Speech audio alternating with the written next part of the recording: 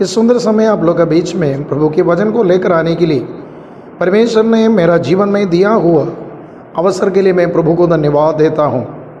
आइए कुछ क्षणों के लिए जो परमेश्वर ने मेरा दिल में दिया हुआ एक बात मैं आपका सामने रखना चाहता हूँ। इफिसियों का पत्री पहला अध्याय पहला वचन पौलुस की ओर से जो परमेश्वर की इच्छा से यीशु मसीह का प्रेरित है, उन पवित्र और मसीह यीशु में विश्वासी लोगों के नाम जो इफिसुस में है। देखिए, आजकल बहुत लोग सेवा में हैं, उनमें से बहुत अधिक लोगों को सच में इस बात का कोई जानकारी नहीं कि उनको परमेश्वर ने किस काम के लिए या किस बात के लिए नियुक्त किया है या कौन सी सेवा उनके ऊपर सौंप दिया है करके। ये ना जानते हुए लोग इधर उधर भटकते हुए अलग अलग बातों में व्यस्त रहते हुए अपने समय का बर्बाद कर रहा है। तो इसलिए बहुत गंभीर एक बात को मैंने आपका सामने रखना चाहता हूँ। क्या आपको कभी इस बात का एहसास हुआ कि परमेश्वर ने आपको कौन सी बात के लिए या कौन सी सेवा के लिए या क्या काम करने के लिए बुलाया है करके? नहीं है तो मेरे साथ आइए हम एक और बार इफिसियों का पत्री पहला अध्याय उसकी पहला वचन देखेंगे। पौलुस की ओर से जो परमेश्वर की इच्छा से यीशु मसीह का प्रेरित है। देखिए, पौलुस ने यहाँ पे साफ साफ कहते हैं कि उनको प्रभु यीशु मसीह ने कौन सी बात के लिए बुलाया है या किस प्रकार की सेवा दिया है। जब उसके बारे में पूर्ण रूप का जानकारी पौलुस को है तो उनको अपने जीवन में किसी और अन्य बातों में अपना समय को बिताने का जरूरत नहीं। एक प्रेरित के तौर पर बुलाया और उनको साफ साफ परमेश्वर ने कहा, अन्य जातियों के लिए उनको प्रेरित के रूप में परमेश्वर ने लिया है। उनके काम अन्य जातियों को सुसमाचार सुनाने का है। इसलिए वो मरते दम तक उसके लिए बहुत कोशिश कर रहा था।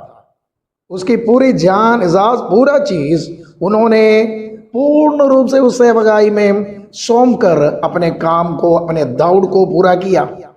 You have to understand your mission, you have to understand your calling and you have to understand what the God is entrusted upon you, then only you can be fruitful. मैंने एक उदाहरण बताना चाहता हूं। आजकल कलीसिया में या सेवकाई के क्षेत्रों में हम ऐसे लोगों को भी देखते हैं, जब वो एक गीतकार को देखते हैं जल्दी उसका मन में यह सोच आएगा मुझको भी उनकी समान एक गीतकार बनना है। तो कुछ महीना या कुछ साल उसके लिए बिताता है। बार बार पूरा कोशिश करने के बाद भी कुछ लोग उसमें असफल हो जाते हैं और बहुत नाराज के साथ अंत में वो बोलते हैं तो मैं उस काम को छोड़ दिया। देखिए, कुछ लोग ऐसा है जब वो एक अच्छा प्रचारक को सुनते हैं या देखते हैं तब उनका मन में भी ये चिंता आएगा मुझको भी एक अच्छा प्रचारक बनना है।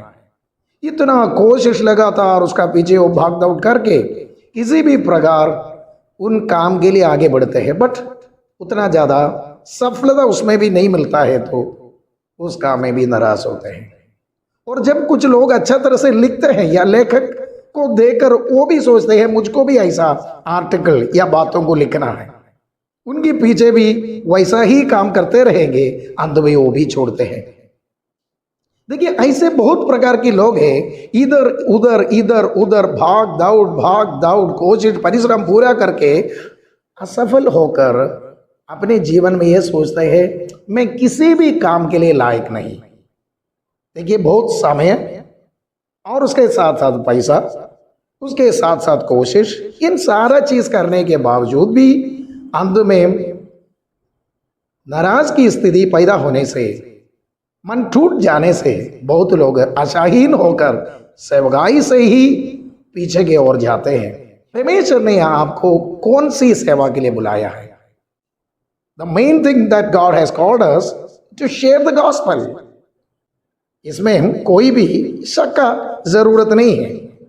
फिर भी मैंने ऐसा बताना चाहता हूं, सेवकाई का क्षेत्र में आप सोचिए आपको एक सुसमाचार का रूप में परमेश्वर ने बुलाया है तो आप लगातार उस काम में बने रहिए। पासवान के तौर पर बुलाया है तो जरूर आप उस काम के लिए अपने जीवन को समर्पण करें।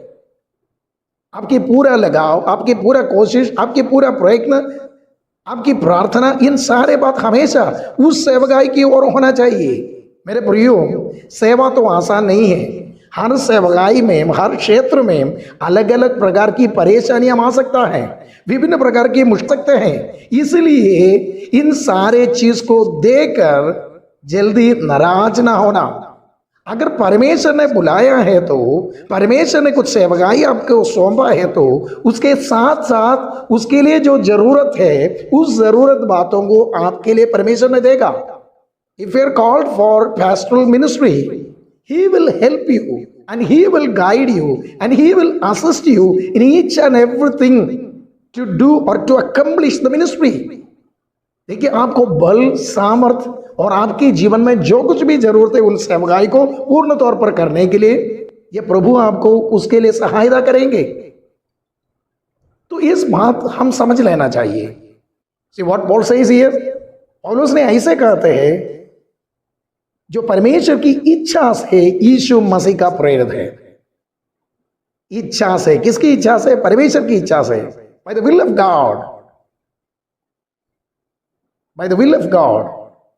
मनुष्य की इच्छा से नहीं, अपनी खुद की इच्छा या स्व इच्छा से नहीं, मैं जो हूं वो परमेश्वर की इच्छा से। मेरे प्रियो, अगर आप परमेश्वर की हित के आधार पर सेवकाई में है तो चाहे आपकी विरुद्ध में कितना भी मुश्किल या कितना भी कठिन परिस्थितियां आने दो, फिर भी आपको डरने का जरूरत नहीं। आप डरने का कोई जरूरत नहीं, because you have been called and you are appointed by the will of God. परमेश्वर ने आपको बुलाया है, परमेश्वर ने आपको नियुक्त किया है। तो इसलिए आपको डरने का कोई जरूरत नहीं। शायद आप उस प्रकार की सेवकाई अभी कर रहा है, फिर भी आपकी विरुद्ध में, चाहे वो बाहर से हो अंदर से हो, विरोध तो खड़ा हो रहा है, तो डरना नहीं। परमेश्वर आपके साथ है, आपको परमेश्वर ने सुरक्षित रूप में रखेंगे, परमेश्वर ने आपको संरक्षण देगा। आमीन। तो ये बात जान लीजिए, कौन सी सेवा के लिए परमेश्वर ने आपको बुलाया है। वो बात जानने के बाद क्या करना चाहिए? उस सेवकाई में जितना कोशिश आप कर सकता है, जितना प्रार्थना आप कर सकता है, उन सेवकाई के लिए कितना प्रिपरेशन आप कर सकते हैं, उन सारा चीज लगातार करते रहिए, ताकि आप परमेश्वर का उस महत्वपूर्ण बातों के लिए हमेशा तैयार होकर रहेगा। तो जरूर प्रभु आपको अलग अलग स्थान पर इस्तेमाल करेगा। आमीन। मैं एक उदाहरण का सामने रखना चाहता हूं। देखिए, फुटबॉल और फुटबॉल की फील्ड आपने देखा होगा।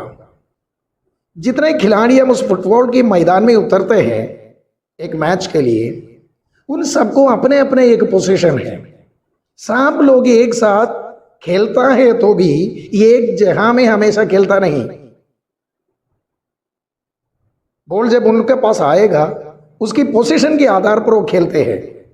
अलग अलग प्रकार की पोजीशन है। अभी ज्यादा समय नहीं, इस कारण से मैंने वो सारा बात आपको बताना नहीं चाहता। तो फील्ड में आप कौन सी पोजीशन में है करके पहले से निर्णय लिया है। उस पोजीशन के आधार पर जब आप अच्छा तरह से खेलेगा, तब हर व्यक्ति इस मैच के लिए बहुत बहुमूल्य होता है। गोलकीपर से लेकर फॉरवर्ड तक या स्ट्राइकर तक सबको अपना अपना काम है, अपना अपना मिशन दिया है। चाहे आप विंग में हो, या चाहे आप मध्य में हो, या चाहे आप डिफेंडर की काम करते हो, या आपकी पोजीशन फील्ड आप अच्छा तरह से इस्तेमाल करेगा तो खेल बहुत अच्छा चलेगा। और साथ साथ जब इन लोग साथ मिलकर एक मन होकर खेलते हैं, तब उसमें विजय आते हैं। वैसा ही परमेश्वर की सेवकाइयों में भी प्रभु ने अलग अलग लोगों को बुलाया, विभिन्न प्रकार की सेवकाई दिया।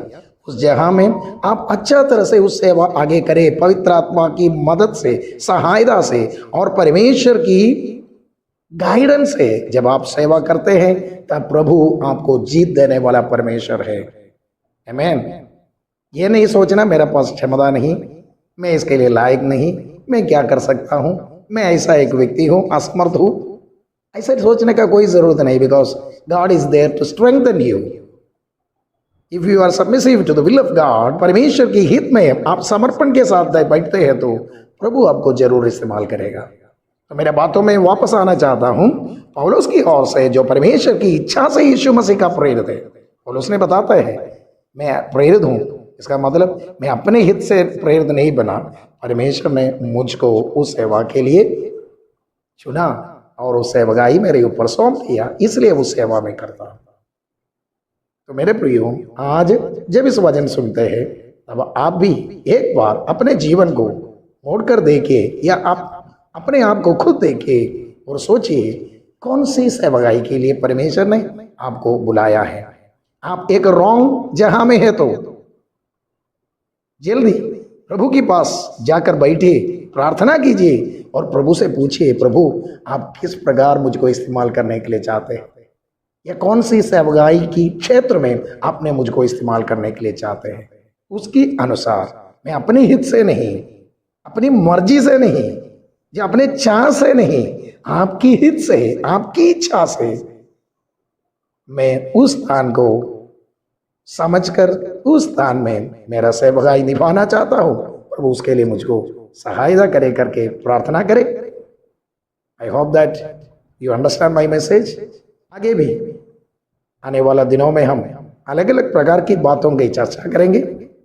अगर इस मैसेज आपके लिए अच्छा हुआ है तो जरूर इसको शेयर कीजिए और परमेश्वर हम सबको आशीष करे। May God bless you and may God use us more and more for the extension of his kingdom. Thank you for watching this video. God be with us. Amen.